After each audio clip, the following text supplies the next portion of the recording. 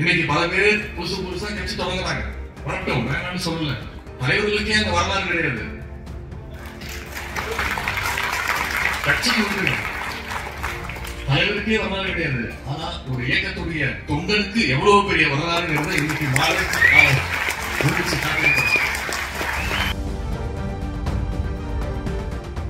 அண்ணா திராவிட முன்னேற்ற கழகம் தமிழ்நாட்டுல எதிர்கட்சி. ஆனா டெல்லியை பொறுத்த வரைக்கும் அது ஒரு அடிமை கட்சி. நாம இப்படி கொள்கையோடு செயல்பட்டு இருக்கிறோம்.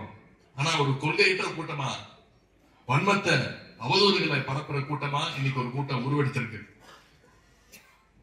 திராவிட இயக்கத்துடைய கொள்கைகளை, திமுக உடைய குரல்ல இன்னைக்கு நாடு முழுவதும் பரவுறதை பார்த்துட்டு பாசிச பாஜகவுக்கும் அடிமை கூட்டத்திற்கும் இன்னைக்கு மிரண்டு போயிருக்காங்க.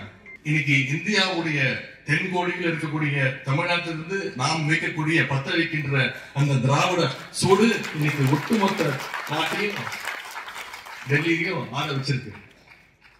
அதனாலதான் திமுக எப்படியாவது ஒழிக்கணும்னு ஒன்றிய பாஜக அரசு எப்படியாவது திட்டங்களை தீட்டிட்டு இருக்கு. அந்த சூழ்ச்சியில ஒரு பகுதிதான் இப்ப நடக்கின்ற SIR அப்படின்ற அந்த திட்டம். திமுகவுக்கு ஆதரவாக இருக்கக்கூடிய வாக்குகளை எல்லாம் எப்படியாவது முடக்கணும், நீக்கணும். குறிப்பா சிறுபான்மை மக்கள், பெண்கள், ஒடுக்கப்பட்ட மக்களுடைய வாக்குகளை எல்லாம் நீக்கணும். இதுதான் அவங்களுடைய ஒரே நோக்கம். இந்த சூழ்ச்சியை முறியடிக்கின்ற வகையில நீங்க அத்தனை பேரும் உங்களுடைய வாக்குச்சாவடியில உங்களுடைய வாக்குகளை முதல்ல நீங்க சரி செய்யணும். 2026 நம்முடைய கழக கூட்டணி மீண்டும் வெற்றி பெற வேண்டும். நிச்சயம் வெற்றி பெறும். நம்முடைய கழகம் 7வது முறையாக நிச்சயம் ஆட்சி அமைக்கும். நம்முடைய தலைவர் தொடர்ந்து 2வது முறையாக நிச்சயமாக முதலமைச்சர் நாற்காலியில் உட்கார வைப்பார். நம்முடைய வெற்றி கிடைக்கும்.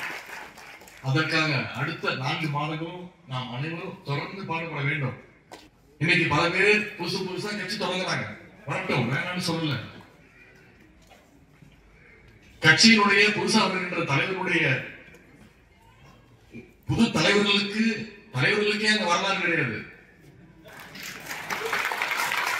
கட்சிக்கு உண்டு, தலைவருக்கே வரலாறு கிடையாது. ஆனா ஒரு இயக்கத்துடைய தொண்டனுக்கு எவ்வளவு பெரிய வரலாறுங்கிறத இன்னைக்கு மாலை காட்டியிருக்கிறோம்.